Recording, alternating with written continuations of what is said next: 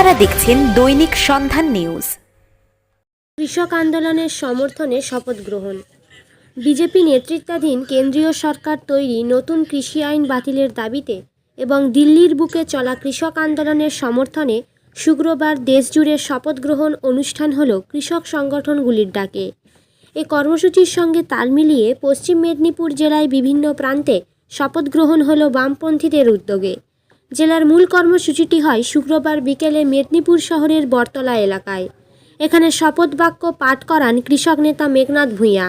উপস্থিত ছিলেন তরুণ রায়, অশোক সেন, কীর্তি দে বক্সী, জয়ন্ত পাত্র, দিলীপ নায়েক, শৈলেন মাইতি প্রমুখ।